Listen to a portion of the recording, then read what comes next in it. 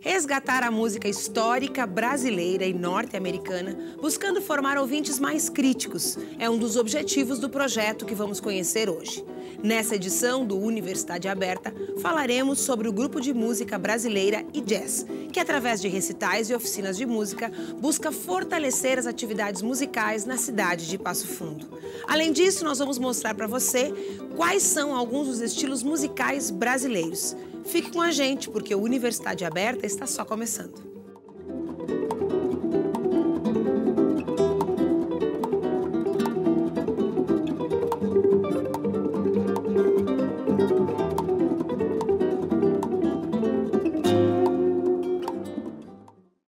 O projeto Grupo de Música Brasileira e Jazz busca levar o conhecimento musical e o acesso à música de qualidade à comunidade. E para conversar sobre o assunto, eu recebo aqui no estúdio o coordenador do projeto, o professor e também coordenador do curso de música da Faculdade de Artes e Comunicação, mestre Alexandre Sajorato. Mas antes disso, confere aí uma reportagem produzida pelo Núcleo Experimental de Jornalismo em parceria com a UPF-TV sobre o jazz e o choro. Assim como as demais artes, a música possui diversas formas de manifestação. São inúmeros estilos para todos os gostos, ouvidos e corações. Um deles é o choro, ou como é mais conhecido, o chorinho. Um gênero de música popular e instrumental brasileira. Conforme explica o acadêmico de música Marcos Casanova, o choro surgiu no Rio de Janeiro em meados do século XIX. Na verdade, a palavra choro, existem duas vertentes, Uma que diz que o choro deriva do instrumento a charamela, que é um instrumento que foi bastante utilizado no início do século XIX, ou uma outra vertente que também representa a questão das baixarias feitas pelo violão de 7 cordas, que eram então melodias bem tristes, com essa característica, meio chorosas mesmo. Então essa seria uma característica, uma vertente do choro. O choro é visto como uma reação dos músicos à música importada e consumida nos salões e bailes da alta sociedade do Império na época. É sempre uma roda assim, de amigos, tanto que fazem o quê? Eles tocam instrumentos de 7 cordas, que é o violão de 7 cordas, que faz o baixo, tem o violão de 6 cordas, o pandeiro, uma flauta, um cavaquinho, um bandolim. E o acordeão ele pegou e se introduziu também aqui na parte do chorinho. Paixão por esse estilo musical que utiliza vários instrumentos motivou um projeto de extensão da Universidade de Passo Fundo, que trabalha e valoriza esse estilo brasileiro. O choro é a manifestação mais genuína da cultura brasileira, como um todo, Então, entre os grupos que a UPF oferece assim, de extensão, eu sempre pensei no choro como uma maneira de valorizar o que é nosso, e valorizar as nossas composições, enfim, aquilo que vem do Brasil. Se o choro é brasileiro, o jazz é um estilo que vem dos Estados Unidos. Marcado pela improvisação, o swing e os ritmos não lineares, o jazz surgiu entre 1890 e 1910 em Nova Orleans. A maior influência do jazz foi o blues, também derivado das canções de trabalho dos negros. Um dos elementos essenciais desse estilo é a improvisação. E quem disse que quem gosta de jazz não pode gostar de choro e vice-versa? Saiba mais na nossa entrevista no estúdio. Tudo bom, professor Alexandre? Tudo bem. Seja bem-vindo. Obrigado. Professor Alexandre, de tantos estilos, outros estilos também são nacionais, talvez o samba aí, Mas por que trabalhar com o choro e com o jazz e por que essa mistura dos dois, Pois é. Na verdade, assim, o grupo ele foi formado ainda em 96, pelo professor Roberto Thyssen, e naquele momento era um grupo de música brasileira, com influências jazzísticas. Então, o repertório já existia com música brasileira, bossa nova, com alguns elementos de jazz. E, a partir dali, de 2001, quando eu era aluno do curso de música, então, ele resolveu fazer um grupo de choro, porque tem várias questões assim. Eu acredito, obviamente, muito pela questão musical do choro, que eu já posso explicar depois, mas também pela questão prática, que é de pegar os instrumentos, como cavaquinho, bandolim, na mão, assim, né? E sair para qualquer lugar. E poder tocar na praça, aqui na UPF, onde for. Não tinha que levar equipamento, bateria, caixa de som, nem nada disso, né? Então era muito prático. E aí ele formou 2 grupos. E, claro, assim, além disso, os 2 estilos, tanto o jazz quanto o choro, eles já são considerados hoje como... Eles vêm da vertente popular, mas já são quase considerados como eruditos, né?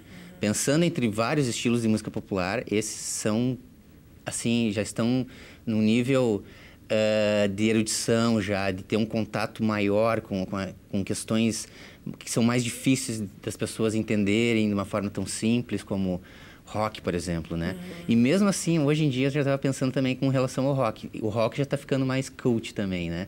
Tem algumas pessoas já que estão escutando rock. E antigamente o rock era aquela coisa... isso não... Popular, né? no sentido de ser ouvido e consumido por todos. Isso. E que agora já é um estilo musical que é ouvido por um grupo cada vez menor de pessoas. E que tem uma qualidade musical. Que as pessoas, por estarem escutando coisas mais simples, estão deixando de entender as coisas mais complexas. Professor Alexandre, essa é uma pergunta boa, né? Coisas mais simples e coisas mais complexas. Como é que na música a gente diz, olha, isso aqui é relativamente simples, isso aqui é mais elaborado, mais difícil de executar? O que é que determina essa simplicidade? E ainda assim, existe a simplicidade que é boa. Sim. E existe a simplicidade que é fácil, que é diferente de ser simples, mas ser legal. Como é que a gente distingue a boa música da música que não é tão legal? A boa música, ela não está ligada diretamente à complexidade. Então, tem músicas muito simples e muito boas mesmo, né? E outras que são muito complexas e não são boas. Assim... Harmônica, né? Quando fala em complexidade, está falando em quantidade de notas, isso, harmonia. A gente chama isso de... O geral disso é a linguagem musical. É como a música vai se comunicar até as pessoas.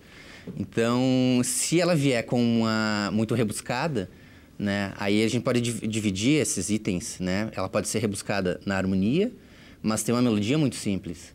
Ou ter um ritmo muito simples e os instrumentos muito exóticos. E tudo isso vai dando contraste. E para algumas pessoas, ouvir tais instrumentos se torna ruim, mas até gostam da composição, porque a melodia ela é fácil, né? E, por outro lado, às vezes tem composições que têm uma harmonia muito, muito simples, mas a melodia é muito bonita, como os Beatles, por exemplo, fazem isso muito bem. Né? É muito simples tocar Beatles, né? Aprender os acordes. A pessoa que aprende violão, a maioria das vezes, consegue tocar Beatles em seguida. Porém, agora vai dizer assim que a música é ruim, de má qualidade. Não, né? É muito boa. Mas por quê? Porque tem elementos ali que estão ligados à melodia, né? Aos arranjos. Quer dizer, não é só o conjunto de notas, nem só a melodia, nem só a harmonia. É o conjunto de tudo isso. Que forma a linguagem musical e a linguagem que aí forma o gênero ou o estilo, né, de se tocar alguma coisa. E aí a gente diz assim, hoje as pessoas estão ouvindo músicas mais simples, né? E aí esses estilos estão ficando mais reservados a um público X ou Y, né? E qual é o problema dessas músicas simples? Se é que a gente pode... problema é a palavra mais indicada, né? Eu não vejo assim, talvez não seja o problema. O problema, na verdade, no meu entendimento, é aonde ela se encontra. Que, assim, sempre existiu música popular, né? Simples. Os artistas sempre quiseram chegar até um grande público, desde Mozart. Mozart era muito popular, assim, queria ser pop mesmo, né? Não existia essa palavra assim, né? Abreviada, mas... só que a questão é que hoje em dia, na grande mídia, é executado só um tipo de composição, né? Só uma linguagem que entra. E aí os outros tipos de música que são infinito, assim, existe música desde que o homem é homem, né? Então, isso não é representado na grande mídia, na TV, na rádio. E eu acho que aí é o problema, porque daí as pessoas acreditam que ali é que está a verdadeira música, né? A música boa, quando na verdade é só uma fatia, né, de tudo que existe. Inexpressiva, inexpressiva. E que... em termos até de complexidade de composição, não de harmonia, não de letra, não de arranjo, mas do todo, né? De todo, e principalmente a letra, né? Que também, então, um dos critérios para a música estar na grande mídia hoje é possuir também uma letra acessível, né? E uma melodia acessível. Mas às vezes as letras defendem ideias complicadas, né? Sobre as relações, sobre homens, sobre mulheres, sobre, né? Que talvez não fosse a melhor representação para se ter na grande mídia, né? Assim, se a gente for pensar só em letras, por exemplo, a gente tem... Se a gente for pegar eu dou aula de história da música, né? Então, eu falo muito nas aulas sobre isso, assim. Se a gente for resumir o cenário hoje, na questão só de letra, a gente percebe que o assunto é relacionamento, né? Um casal, né? Ou, muitas vezes ainda, na música de baixa qualidade, né? Desculpem algumas pessoas que estão assistindo, mas... Assim, a que tem, realmente, vai caindo para um nível mais baixo, possui uma letra falando ainda sobre traições, né? Sobre um amor, assim, líquido mesmo, né? Que é uma pessoa agora, outra agora. Valorização da efemeridade das relações, isso. Né? Sendo que existem milhões de assuntos para ser abordados e que sempre foram ao longo da humanidade, né? Todos os compositores sempre procuraram escrever sobre tudo. A diversidade das emoções humanas, né? Isso, qualquer coisa sobre a natureza, sobre... Você pode fazer uma música sobre o trabalho... O passar da idade, eu me lembro de algumas, né? Então, tem muito... muito dá para ser dito e que não está ali só. E eu acho que o grande problema é isso, porque quem legitima a qualidade da música no Brasil, principalmente hoje, é a grande mídia. Então, uma pessoa leiga, muitas vezes olha para, né, assiste um programa de TV, ouve na rádio e acha, não, se está tocando ali é porque realmente é legal. E a gente sabe que não é assim, né, que funciona, existe todo um mercado, né, em cima disso. Mas, então, eu acho que são essas questões. Assim, o que a gente sempre gostaria de ter era mais acesso à diversidade. A pluralidade.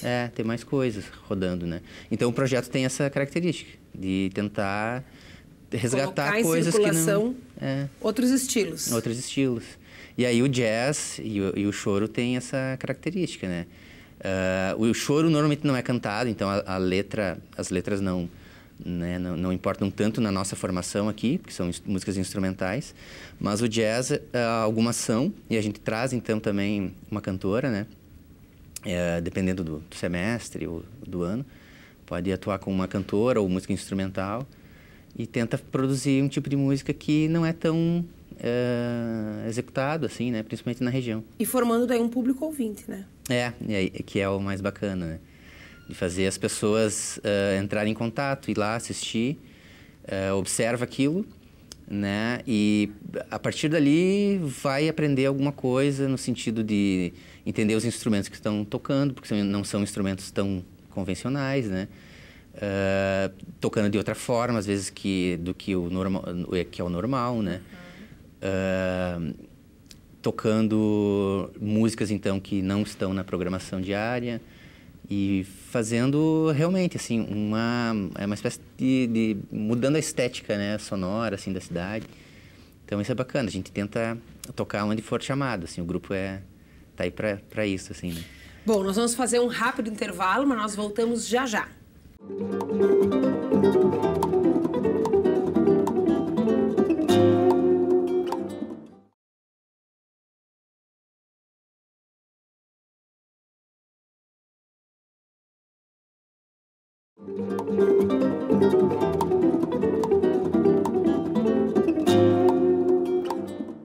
Estamos de volta com o Universidade Aberta. O assunto de hoje é um projeto de extensão do curso de música da FAC, aqui da UPF, que busca fortalecer as atividades musicais na cidade de Passo Fundo.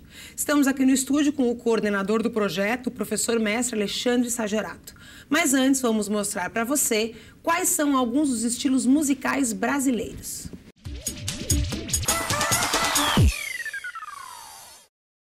MPB, pagode, samba, forró, sertanejo. São inúmeros os gêneros musicais brasileiros que nasceram, cresceram e identificam um país tão plural e grande como o Brasil. Mas você sabe como eles surgiram? O sertanejo, por exemplo, tem origem no interior de estados como São Paulo, Goiás e Minas Gerais.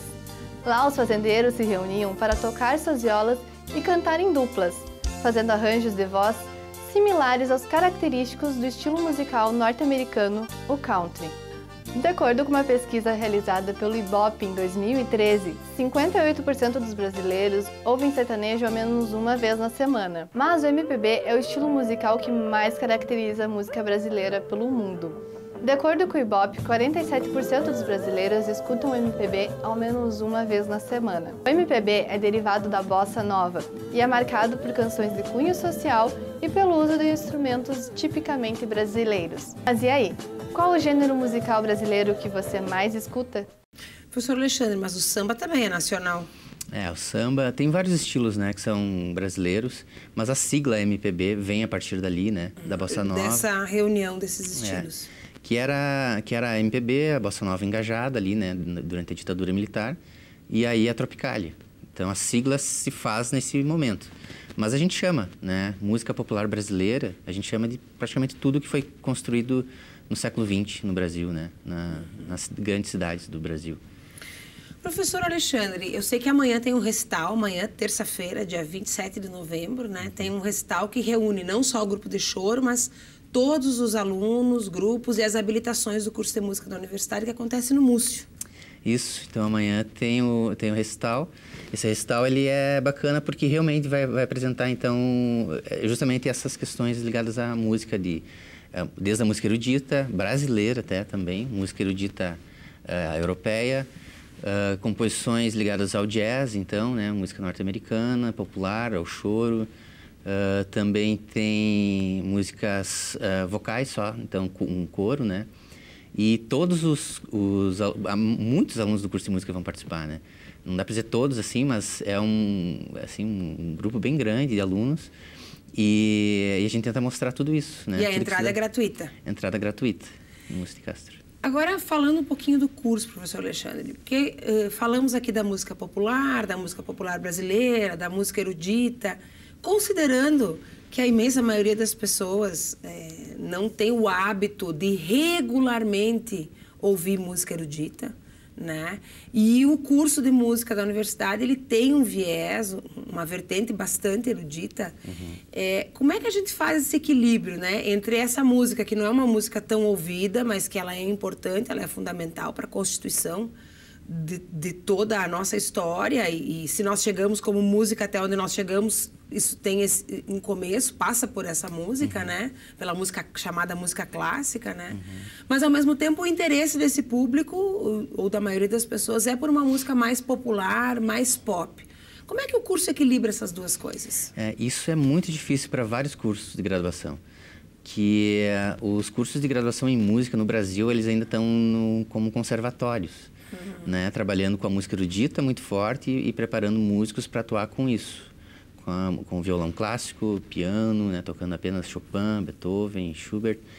E aqui também, desde a época que foi criado o grupo de choro, né, como eu falei no outro bloco, né, 96, provavelmente nessa época, um pouquinho depois, se começou a introduzir disciplinas de música popular. Né, assim, as pessoas olhando de uma forma muito estranha, né, não, isso... Entrar na academia, é música da rua, né? Mas mesmo assim, a região aceitou. E aí depois, então o curso se tornou o primeiro a ter disciplina de história do rock, né, no Brasil. Provavelmente ainda é o único, eu não posso afirmar isso, mas eu acredito que sim. Quando criou era o único? Quando criou era e talvez ainda hoje.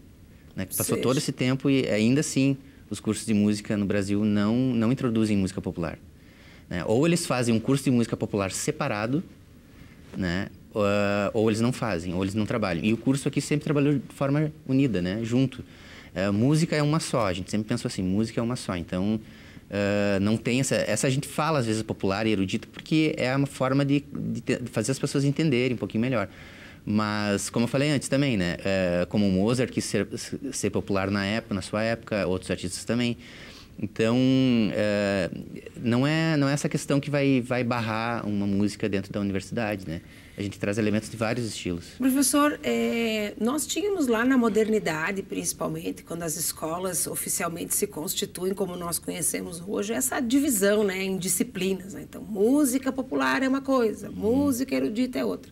Mas à medida que a sociedade vai avançando, que a mídia ganha força e se consolida no cenário social, nós vemos que a pós-modernidade, que é o momento que a gente vive, é um momento de muita mistura, né? De que a música popular e que a música erudita não estão misturadas só no currículo do curso, mas elas estão misturadas na produção, inclusive na própria indústria fonográfica, né? Como é que tu lê essas misturas, essas mesclas, e como é que a música popular pode se tornar ainda mais popular na medida em que é atravessada pelas composições, pela complexidade da música clássica?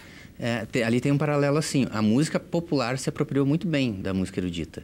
Tem compositores assim que utilizaram, por exemplo, na própria MPB, né? Se a gente pegar assim, o Gil, o Caetano, tinha o maestro Rogério Duprat, que vinha da música erudita. Baden-Powell. Baden-Powell já é violão, assim, mas o Rogério Duprat, por exemplo, é um maestro mesmo, de formação erudita, que vinha com arranjos escritos na partitura e passava isso para eles, né? E eles introduziam uma banda de rock.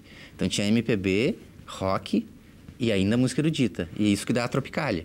Então isso dá a junção de várias áreas da música, né? Música erudita, rock e música popular brasileira. Então a música popular, isso é só um exemplo. Os Beatles fizeram isso antes, né? No Sgt. Pepper's. Tem várias bandas que sempre fizeram coisas assim, misturar. Às vezes a gente vê grandes espetáculos com uma orquestra atrás, com violinos, bateria, todos os instrumentos percussivos que estão em shows de rock, né? Isso. Tem essa mistura que ficou comum, então, a partir disso. Porém, a música erudita não fez isso tão bem quanto o rock, quanto a música popular, desculpe. Ela foi se fechando no início do século XX, e a música erudita do século XX, ela se tornou uma música bem para a academia. Música clássica, música erudita mesmo, né? Para quem tem uma erudição, para quem consegue compreender aquela música, e se fechou ali para aquele público. E não dialogou muito com a música popular, a não ser assim, alguma coisa do Gershwin, por exemplo, que ele começou a trabalhar com jazz, mas algumas composições. Mas assim, não tem aquele laço tão grande que eu acho que agora, assim, nesse período, provavelmente a volta da música erudita vai ser esse contato com a música popular, né? Eles vão ter que se aproximar de uma forma maior. Falando em erudito e popular, eu fico lembrando, por exemplo, de um dos grandes nomes brasileiros, que é a Chiquinha da Silva, né? Chiquinha Gonzaga. Chiquinha Gonzaga, aliás. A Chiquinha Gonzaga. Porque ela era erudita, mas ela tinha uma interface com a música popular. Ela fazia um pouco disso, não fazia? Fazia. E é de choro. É do estilo que a gente toca, né? No grupo de choro. E realmente tem essa característica de ser uma compositora que estudou música clássica, né? Porque ainda tinha a questão do piano, né? Tocar piano. Piano era uma coisa para meninas, né? Naquele período, né? Então, meninas de família, assim, né? Tocando piano. Mas ela tinha aquela coisa, assim, mais rebelde de sair e ver as pessoas da rua tocar.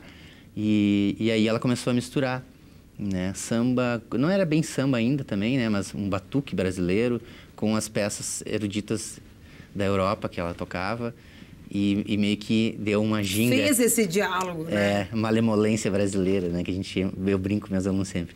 Mas são coisas assim, são elementos assim sempre. É sempre uma troca, né? De informações. Então não dá para ficar muito preso aos estilos. A gente não pode deixar eles longe da academia, por exemplo. E querer engavetar eles, cada um na sua caixinha. Eu falo, agora falando assim, quando eu falo erudito popular, é difícil para mim, porque é muito complexo para explicar exatamente o que é popular, exatamente o que é erudito.